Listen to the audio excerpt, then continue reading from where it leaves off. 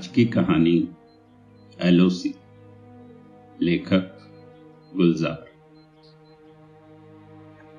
1948 की झड़प के बाद हिंदुस्तान के बॉर्डर पर फौजें तकरीबन बस चुकी थी। बैरकें भी पक्की हो गई थी और बंकर भी। 1965 तक के 15 सालों में एक रवायत सी बन गई थी फौजी टुकड़ियों के आने, बसने और विदा होने की। बॉर्डर की जिंदगी ने अपने आप एक निजाम बना लिया। दोनों तरफ की धुआंधार तकरीरों के पीछे बंदूकों की आयरिंग फायरिंग के मामूल बन गए थे। नॉर्मल मामूल यही था कि जब कोई वजीर दौरे पर आता तो आसपास के इलाकों में फौजी फायरिंग करते थे और कभी कभी किसी गांव में घुसकर कुछ भेड़ बकरियां उठाकर ले जाते और रात को कैंप में दावत हो जाती। कुछ सिविलियन मारे जाते तो अखबारों को सुर्खियां मिल जाती और लीडरों को तकरीरों के लिए मवाद मिल जाता। एलओसी एक जिंदा तार की तरह सुलगती रहती। कभी बहुत बड़ा वक्फा आ जाता इस आपसी जंगबाजी में तो लगता जैसे रस्म राह ही नहीं रही। ताल्लुकात ठंडे पड़ गए।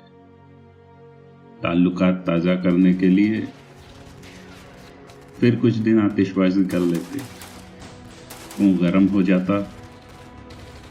कुछ जवान इधर मारे जाते और कुछ जवान उधर मारे जाते। खबरों में एक गिनती का जिक्र होता, 5 इधर मारे गए, 7 उस तरफ, और जमा तकरीर का हिसाब बन जाता। दोनों तरफ के बंकर कोई दूर नहीं थे। कभी कभी यूं भी होता, उधर की पहाड़ी से किसी ने कोई बोली या माहिया गा दिया। 2 पुत्तर अनारा दे, साडी गली लंघ माहिया, हाल पुछ जा बीमारा दे।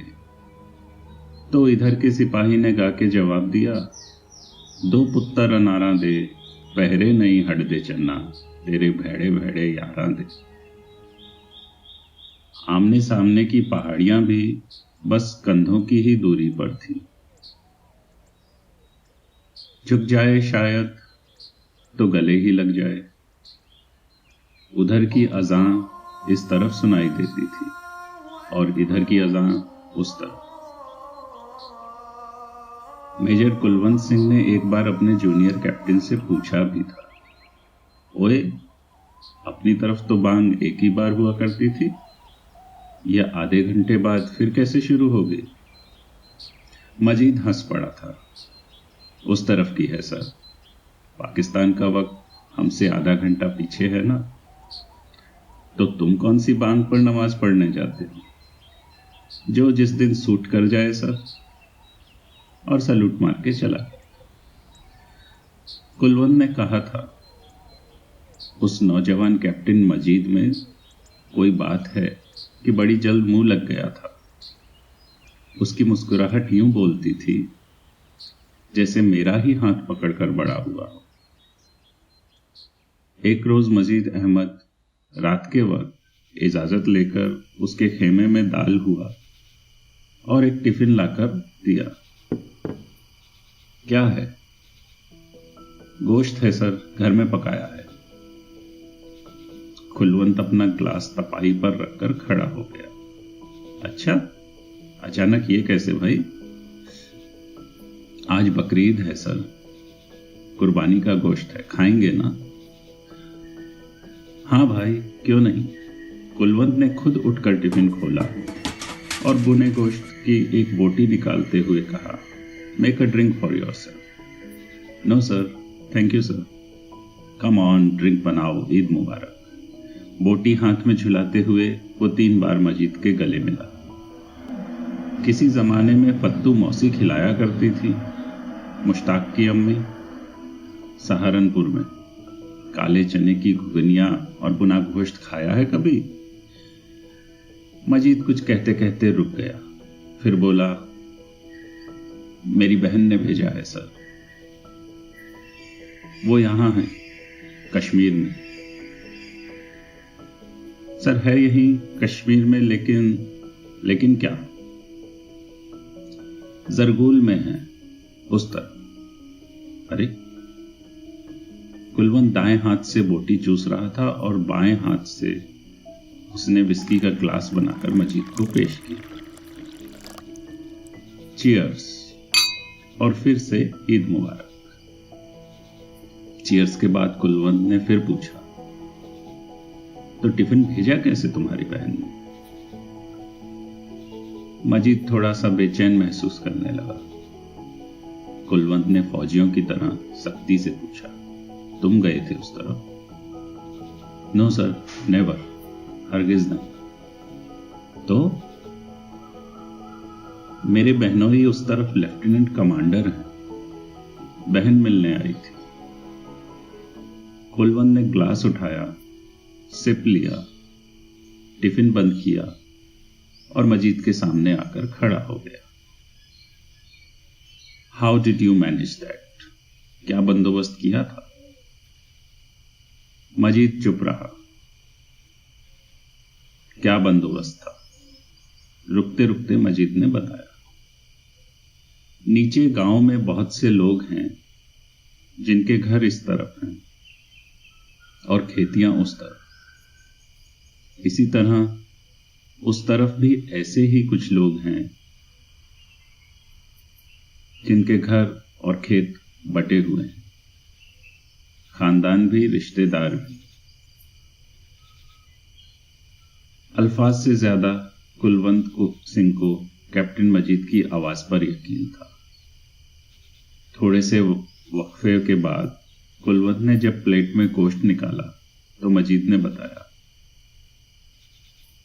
उस तरफ के कमांडर आपके दोस्त हैं सर। मैंने आपका आर्टिकल पढ़ा था, इसलिए जानता हूं। कुलवंत सिंह का हाथ रुक गया। फौरन एक नाम का शक हुआ और जब मजीद ने नाम लिया तो उसकी आंखें भर आई। मुश्ताक अहमद खोकर, सहारनपुर से। कुलवंत का हाथ कांप गया और वो खेमे की खिड़की के पास जाकर खड़ा हो गया। बाहर कुछ फौजी कदम मिलाकर कैंप क्रॉस कर रहे थे। मजीद ने धीमी सी आवाज में कहा, कमांडर मुश्ताक अहमद मेरी बहन के ससुर हैं सर। ससुर? ओए, नसीमा के बेटे से शादी हुई है तुम्हारी बहन की? जी। कुलवंत ने तेजी से कहा, ओए तू। इसके आगे वह कुछ कह नहीं पाया, उसका गला रूंध गया। कुलवंत ने जब ग्लास उठाया तो लगा वो कुछ निगलने की कोशिश कर रहा है। मुश्ताक और कुलवंत दोनों सहारनपुर के थे। किसी जमाने में एक साथ दून कॉलेज में पढ़ते थे और दोनों ने दून मिलिट्री एकेडमी में ट्रेनिंग ली थी। मुश्ताक की अम्मी और कुलवंत की बीजी बड़ी पक्की सहेलियां। फिर मुल्क तकसीम हो गया, फौजें भी तकसीम हो गईं। मुश्ताक अपने खानदान समेत पाकिस्तान चला गया और कुलवंत यहीं रहा। दोनों खानदानों में उसके बाद कोई मेल ना रहा। चंद रोज बाद कुलवंत ने अपने एक जूनियर विश्वा को साथ लिया और कैंप से दूर एक पहाड़ी की आड़ से उसने मुश्ताक को वायरलेस पर कांटेक्ट कर लिया। कुछ हैरानी के बाद दोनों दोस्तों ने पंजाबी में ऐसी चुनी चुनी गालियां दी एक दूसरे को कि दोनों के सीने खुल गए और आंखें बहने लगी। जब सांस में सांस आई तो कुलवंत ने पूछा, फत्तू मौसी कैसी हैं? मुश्ताक ने बताया, अम्मी बहुत ज़ईफ हो गई हैं। एक मन्नत मांगी थी उन्होंने कि अजमेर शरीफ जाकर ख्वाजा मोइनुल चिश्ती के मजार पे अपने हाथों से चादर चढ़ाएंगी। दिन रात मन्नत को तरसती हैं और राबिया बच्चों को छोड़कर जा नहीं सकती। राबिया को तू नहीं जानता। जानता हूं, मजीद की बहन है राबिया, है ना? तुझे कैसे मालूम? मजीद मेरा जूनियर है भाई। ओए, फिर एक लंबी सी बौछार गालियों के साथ आंखों से गुजर गई। उसका ख्याल रखिए ओए, मुश्ताक ने रोंदे गले से कहा। फिर दोनों में तय पाया कि मुश्ताक किसी तरह अम्मी को वागा तक पहुंचा देगा। वहां से कुलवंत की बीवी संतोष आकर उसे दिल्ली ले जाएगी, अपने घर अजमेर शरीफ की जियारत करा देगी और जाकर सहारनपुर छोड़ आएगी बेजी के पास। अम्मी के साथ कुछ दिन अच्छे कटेंगे। मुश्ताक के सीने से बहुत बड़ा बोझ हट गया। फिर एक रोज मुश्ताक का पैगाम आया, अम्मी को वीजा मिल गया। कुलवंत ने संतोष के साथ बॉर्डर पर मिलने की तारीख तय कर दी। सब इंतजाम हो चुके थे, बस मुश्ताक को खबर करना बाकी था। उसी दिन डिफेंस मिनिस्टर एलओसी पर आ धमके और दोनों तरफ से ताकत के मुजाहिरे शुरू हो गए। कुलवंत जानता था ये झड़प 2-1 रोज में गुजर जाएगा। वायरलेस पर ना भी राब्ता कायम हुआ तो क्या, नीचे गांव में जाकर किसी को उस तरफ भेजने की ही बात तो है। मजीद का वासिला भी पता है। फिर एक फिक्र ना गई। संतोष बताती थी कि अब तो बीजी रोज डाक खाने में फोन करने के पूछ लेती है, नी फत्तू आ रही है ना, तू वागा पहुंच जाएगी, पहचान लेगी कि मैं साथ चलूं। मजीद ने खबर दी, सर पाकिस्तान की तरफ से शेलिंग बहुत तेज हो गई। कुलवंत चिढ़ा हुआ बैठा था, बोला, ओ खसमा न खाए पाकिस्तान, फत्तू मासी का क्या होगा। 1 सितंबर के दिन पाकिस्तानी फौजों ने चंप पर हमला कर दिया और एलओसी के अंदर चली गई। 28 अगस्त हिंदुस्तानी फौजों ने हाजी पीर अपने कब्जे में ली। उसी दिन की खबर है, 28 अगस्त 1965। सहारनपुर में फत्तू मासी घुगनिया वाला गोश्त पका रही थी। बीजी ने काले चने उबाले थे और एलओसी पर 11 फौजी हलाक हो गए थे, जिनमें एक मेजर कुलवंत सिंह था।